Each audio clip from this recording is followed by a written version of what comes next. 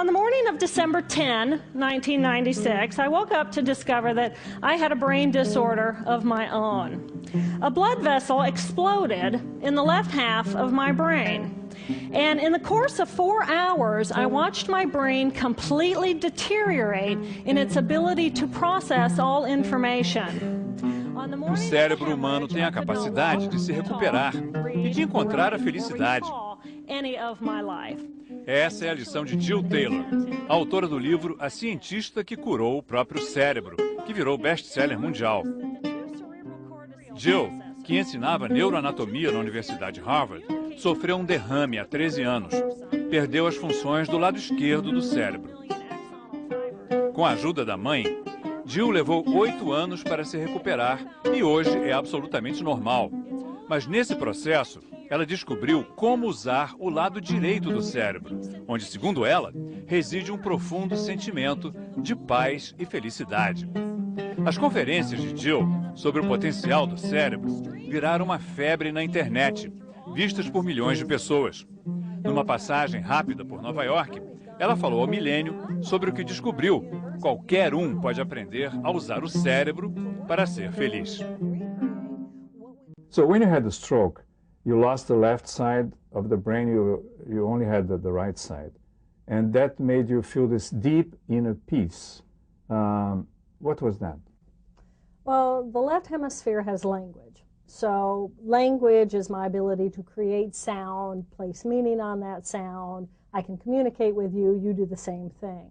But a part of language is also the ability to say, I am an individual. And these are my data, this is where I live, blah, blah, blah. So I have this file inside of my left hemisphere that is the ego center of who I am. And on the morning of the stroke, when I lost the left hemisphere language centers, I lost that ability to understand and to create sound, but at the same time, I lost that ego center and all of the details that defined me as an individual. I also lost the boundaries, the portion of my brain that defined the boundaries of where I begin and where I end. How is it you know that this is where you begin and where you end? It's because a group of cells in your left hemisphere are defining that for you. So as I lost the left hemisphere, I lost language, which means that ongoing brain chatter in my brain was totally silent. Total silence, imagine. Total silence. In the absence of the chatter that connected me to the external world, I shifted into the present moment, the experience of the present moment. And the present moment is rich with kinesthetic and sensory information coming in. And so in the absence of the boundaries of my body and space, I felt enormous and expansive, and I didn't have a mind that was attending to the past or details of the future or things in the external world that I had to work on. I got to just be present, and in that experience of presence, I felt a feeling of deep inner peace. And it was beautiful. That's what the Buddhists called nirvana, right? Yeah. Yeah, to me it was the absence of experience, was one of bliss. The absence of the life in the external world as I had known it was one of bliss. I was freed from my responsibilities, my job, my relationships, my 37 years of emotional baggage. It was all gone. And in the absence of that, it was for me what I would describe as that experience of blissful nirvana. And you have kept that experience? I can shift back into that just by choice, because to me, it's that experience in the right hemisphere always exists. And when I lost the left hemisphere and I shifted into the right hemisphere consciousness of the present moment, then it was a matter of rebuilding, regrabbing circuits that were no longer functional in order to be left hemisphere functional again in the world. But that doesn't take away from what I gained in the perception of understanding that my deep inner peace is always there. So all I have to do is make the decision I'm just not really very important in the world, which in the big picture of things is very true. In the absence of that ego, in the absence of the chatter, I just shift right back into the magnificence of all that is and to be a part of that. So for me, yes, I can get there at any time. It's the same experience that people have when they meditate, right? It's what they do when they meditate. Some people do it through the use of drugs.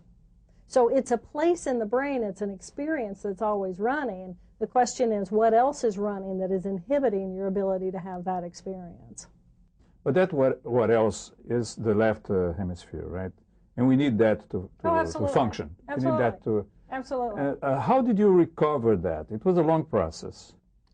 Well, it's pretty much circuit by circuit. Different abilities are different circuits. And so my ability to create sound, roar, roar, roar, dog, dog is a sound that your brain places a meaning on. But those are different circuits. So I had to work, I had to exercise the circuit of being able to create sound again, to be able to do it forcefully. In the beginning, all I could do was whisper, whisper. And I had to work real hard to push any energy out so that I could create enough sound. And then I had to place meaning, the ability to place meaning on not just the sounds coming out of me, but to be able to pay attention and to listen clearly and precisely to the details of what you're saying to me. That's different circuitry. So just the ability to be able to communicate linguistically requires a lot of different circuitry. And for me, I lost the circuits that reminded me of my past, and I had no perception of the future. So in my brain, in the absence of the left hemisphere, all I had was the present moment. Well, I can learn a lot in the present moment, but once this moment's over, I've gone on to a new moment, and I haven't associated it to the moment before, so you wouldn't exist for me anymore. So I had to really wait until the swelling and the trauma went down in my brain before I even could start turning those circuits back on and exercising them. You were very lucky to have your mom to come in, live with you, and retrain you as a toddler, right? Yeah, Mama moved in immediately, and she recognized, she describes me as a breathing body in the bed. I was just a breathing body, and I didn't know what a mother was, much less who my mother was. And she came in and she saw me, and I was not in the condition. She had been told I was stabilized. What she thought that meant I'd be a little perkier, but I wasn't perky. I was just really a breathing body in the bed. And she came in and she immediately lifted up the sheets and crawled right in bed with me and wrapped me in her arms and started rocking me just like I was her infant again. That was, she says, you know, there was nothing else to do. There was no way to communicate with you in any other way than to do what I would do if you were my infant again. And that's where we began. She had you learn how to read again in the children's book. Eventually, my mind was after the surgery ready to go back into language at a more complex level. I did not want to learn to read again. I thought it was an absolute absurd concept. Your right brain didn't want that? My right brain had zero interest in it. You know, my mother would say, okay, Jill, this is an S and it sounds like S. And I thought, you know, that's a squiggle and it doesn't make any sound, you know, and I resisted and resisted. I thought it was absurd that anybody would even bother to try to think abstractly like that. I was just not capable of any kind of abstract thought for language. Reading was one of the biggest difficulties for me. It took you 8 years, right? What were the major steps, the major... During that 8-year process, the most important one was language. I wanted to learn how to speak again. I knew that this is the way that we communicate with one another in the world. And if I didn't have language, then I would be isolated. I would remain in la la land. I figured that, you know, I have a finite amount of time in my life now. I have a finite amount of time in this body. And for me, I could exist in la la land for decades because my body was healthy and strong and have other people take care of me, or I could do my best to try to reconnect and to rewire the circuitry in my left hemisphere so that I could have a semblance of a normal life. And if I could do that, I could share with people what I had gained. And I really thought that this was worth coming back for and to be able to share that message. So language was my number one priority. Just being able to think, though, from moment to moment to moment was a very long time before I could retain information of a conversation and tack it on to another one. My right arm had gone paralyzed on the morning of the stroke, so my whole right side had a weakness about it, and so in order to balance my body back out and to redefine the boundaries of myself, took time. So all of these things took a while. Eventually I had to reteach myself science. I had to relearn my science. So everything. It was 4 years before I could multitask. I remember I could not talk on the phone and boil water at the same time. I'd forget about the water. Well, you can't do that. You know, it's hot under there. I do the same in the Yeah, well, there is that multitasking issue with some folks. But so for me, it was just over the time course. It was 8 years when I realized I was a solid again. I had the perception that I was a solid. Up to that point, for those 8 years, I felt that I was a fluid and that I was an energy being having a relationship with the energy around me. And I really like that consciousness. I like that way of thinking and being, because it was so apparent to me that we are connected. We are one energy. We are one human family. And to have that in your face, and that's your reality, as soon as you wake up every morning, you live your life like that. And you live your life very differently when you know that we are one, as opposed to the left hemisphere, which separates us, and I become a solid individual separate from you. The whole thing made you a better person, a different person.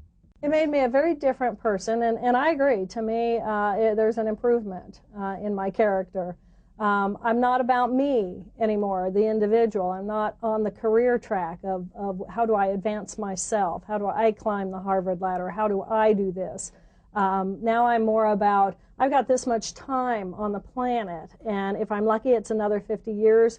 If I'm lucky, it's another 24 hours. If I'm lucky, whatever it is, I'm lucky that I have what I have to so celebrate that.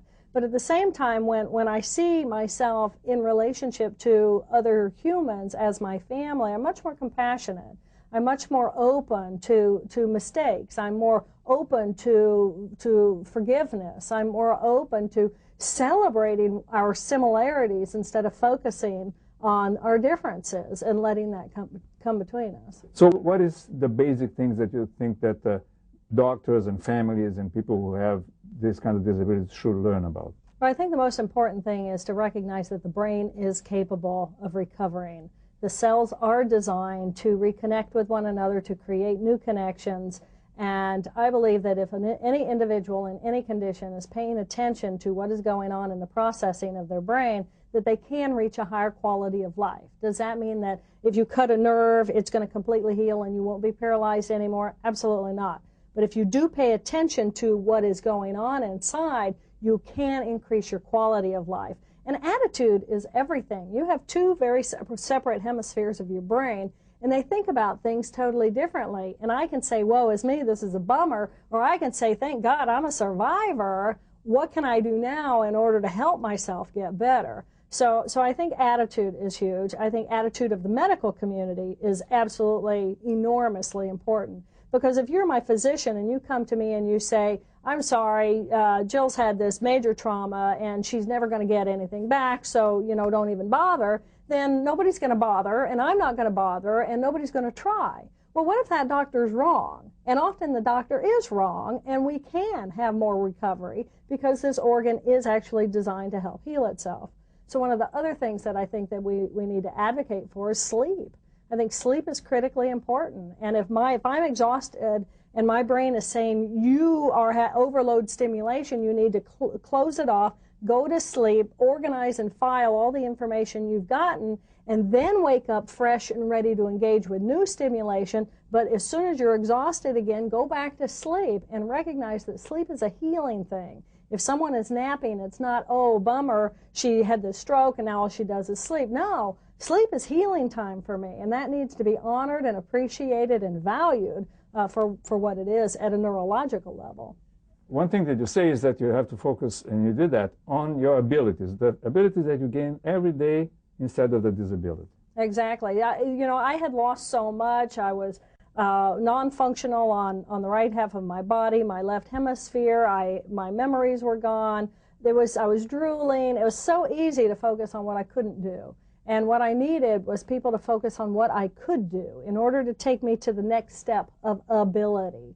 So help me find my way back into the world by seeing what I can do. And in the beginning, If all I can do is rock, then let me rock. Let me rock, and let me rock and roll, man. Just let me get enthusiastically involved, and let me become the master of the rock. And then after you have the rock, if I'm trying to sit up, there's this natural roll that happens. And so let me rock and roll. Let me just do this motion over and over until I really master that. And then the next thing happens. The next thing happens. But it's breaking complex activities, like just sitting up is a very complex structure. And if my goal is to sit up, you come to me and you say, Jill, sit up. And I'm going, sit up. Yeah, right. Okay. And I try and I get nowhere and I fail. And I try it again and I fail, and I try it again and I fail. But if you come in and you say to me, Jill, I want you to start rolling, I'm thinking, rolling? Oh, I can do a little rolling. Oh, Jill, I want you to roll with enthusiasm. Roll with enthusiasm. Okay, now rock with that. Rock and roll up. Rock and roll up. All of a sudden, I'm finding success. No, none of this. Give me a task and I hit failure, and then I make the doctor who says I'm not going to get better be speaking truthful words. I don't want that to be the case. I want people to come in and come to me at my ability and find out what can I do, get me to do that with enthusiasm, and then what's the next natural thing for me to incorporate for me to be able to do a more complicated task. And also be the manager of your own recovery, right? Absolutely. I needed people to cheer me on, pay attention to what I couldn't do yesterday, because I couldn't remember what I couldn't do yesterday because all I had was the moment. And if I don't have the past and I don't have the future, then it's not about yesterday and it's not about tomorrow. It's gone for me. All I know is I'm rolling and rocking, but I don't know what the ultimate goal is here, and I don't remember perhaps what it feels like to sit back up. And so if I'm doing so much better this week than I was doing a couple of weeks ago, and you're on the outside looking in, I need you to tell me that. I need you to cheer me on. I need you to help me manage what I'm doing, because my mind is limited and I don't have that capacity. But when you recovered your left side, with the ego came back a lot of negative thinking, right? Yeah. You know, when my left hemisphere came back and the individual came back, there was a part of that I am business that was very judgmental. And the left hemisphere is designed to be critically analyzing and judgmental. It's part of its structure. The right hemisphere takes that big picture, and then the left hemisphere starts picking it apart so that we can communicate it with something like language. And there was a part of me that there was this mean little voice, this mean little girl. And I didn't like that at all. I didn't like the way that felt inside of my body. There was an anger circuit that came online. I didn't like that. I didn't like the way anger felt like my chest would get tight and tense, and I'd clamp my jaw and my whole shoulders and the furrow in my brow. It had a physiological response when you get angry, and it felt terrible to me. And so as soon as I would start feeling that circuit come online because of the physiological function I'd be having, I decide, no, I'm not going to think those thoughts that result in this physiological response. And so I'd let it go. And which means, you know, whatever was stimulating me to experience anger, I'm no longer thinking those thoughts, so I'm no longer engaging in that physiological circuitry. And it was very freeing for me, and I thought, you know, I bet this could be very freeing for everybody. So you learn how to live through emotions, not escape them, but really let them take their own course. Absolutely. But then they go away. Absolutely. When you think a thought, you have different kinds of circuitry. You have thought circuitry, you have emotional circuitry, you have physiological circuitry. So I can think a thought, and that thought is always going to make me mad because it's going to stimulate and trigger my anger circuit. From the time I think the thought to the time the physiological response has flushed through my body and out of me is less than 90 seconds. Less than 90 seconds. Call it the 90-second rule. So I can think a thought that's going to make me mad, and then I can have the whole physiological response, and it's gone in 90 seconds. If I stay mad for longer than 90 seconds, it's because I have chosen either consciously or unconsciously to rethink the thought that re-stimulates the emotion, which re-stimulates the physiological response. And the same thing's for grieving. If all of a sudden I'm grieving the loss of someone in my life, I will have these waves of emotion. I think the thought of that person, it stimulates this grieving circuitry. I have this surge response inside. My heart aches, everything. I just move into this grievance experience. But within 90 seconds, it comes and it goes through my body. And then it's a matter of how much time do I want to spend in that circuitry. It's good for me to experience that circuitry, but it's equally important that I pay attention to how much time I'm spending in those physiological loops that I'm running. One of the main things that you discovered, that you show people, is that it's a choice that we make, right? The way we act, the way we think, it's always a choice. You have two different hemispheres. You know, you always have the choice of giving power to the thought or observing yourself as you are a living energy being having thoughts that are created by cells. And so you can observe your thoughts. I can observe my circuitry when I get angry, or I can engage with those thoughts and become angry and carry that anger into the world. So you always have a choice of either observing the experience or engaging with it. In practical terms, how do you do this, what you call step to the right? Well, I recognize that I'm circuitry, and that all the thoughts that I think are circuitry. And so if whatever the thought is, if it's causing some kind of emotional response in me, I just pay attention to it. And if I don't want to run that circuitry, I do what I call step to the right, which is come back to the present moment. I bring my mind back to the present experience. I actually look through my eyes. I see what is in front of me. You know, how many people go up the stairs and they never look at the stairs? They don't even know what color the banister is because they're in their mind somewhere. You have the ability to choose where you want your mind to go at any moment. And you always have the ability to bring your mind to the present experience. What are you smelling? What sights are you seeing in the room? What are the colors that you're seeing in the room? What about the edges and the orientations? What's the texture of the walls? What's going on? How does it feel? What's the temperature of your skin? Are you warm? Are you cold? All of the sensory experiences. You have the ability at any moment to step to the right and bring your mind back to the present moment. As soon as you bring your mind to the present moment, that other stuff, the thoughts, the other loops that you're running inside of your mind start to fall off. Now, it doesn't mean that they're not sitting right there and they want to come back and just, you know, keep manipulating you, but consciously you can choose at any time to step to the right and bring your conscious mind back to the present moment. We all have that ability. There is this serenity prayer that says, God, give me the serenity to accept the things I cannot change and the courage to change the things I can, because to change the things that you need to change, you need that left side, right? Oh, you have to have both. I'm a true advocate for both halves of the brain. I'm looking for a balanced brain. You know, I launched a beautiful left hemisphere. I gained this incredible awareness of the right hemisphere and its purity. And then I had to regain the skills of the left hemisphere in order to be a functional human being again. So in order for me to be a normal, healthy human being, I have to have a balanced brain. I believe that the more time we spend choosing to run the deep inner peace circuitry of our right hemispheres, the more peace we will project into the world, and the more peaceful our planet will be. And I thought that was an idea worth spreading. Thanks.